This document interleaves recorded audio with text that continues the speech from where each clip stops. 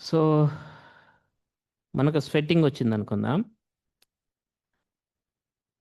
ఆ స్వెట్ గాలిలోకి ఆవిరి కావాలి మామూలుగా అయితే వెంటనే.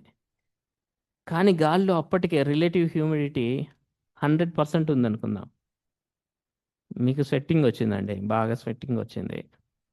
వెంటనే ఆరిపోవాలి, చెమట ఆరిపోవాలంటే కనీసం గాల్లో ఉండరా అంటాడు. నువ్వు గాల్లో ఉన్నావు, అయినా కానీ స్వెట్టింగ్ పోవట్లే.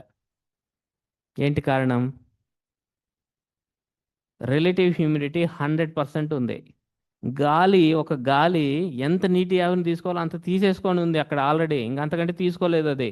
ఎంతసేపు చదవగలవు? మ్యాక్సిమం అంటే 10 గంటలు చదవగలవు. ఇంకా చదువు చదువు అంటే ఏడ చదువుతావు? చదవలేవు కదా. ఆల్రెడీ వాటర్ వేపర్ గాల్లోకి ఎంత రావాలో నీటి ఆవిరి అంత వచ్చేసింది. రిలేటివ్ హ్యూమిడిటీ 100% అయిపోయింది. మీ బాడీకి స్వెట్ ఉంది, అయినా కానీ ఆరదు. అందుకే అబ్బా ఏంది ఇంత ఉక్కపోతుంది అంటుంటాడు. మరి పోతుంది.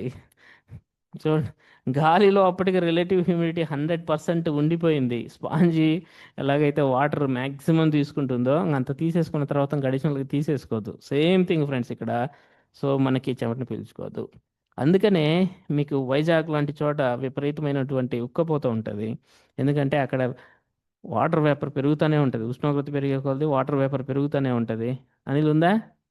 ఉక్కపోత ఎక్కువ ఉందా? వద్దురా బాబు, మార్కాపూర్ వెళ్ళిపోదామన్నావా? ఉమ్, చాలా ఎక్కువ ఉంటుంది అంటున్నాడు.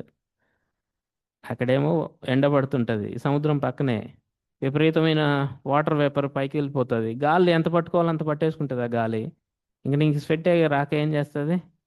గాల్లో 100% రిలేటివ్ హ్యూమిడిటీ 100% ఉంది అక్కడ.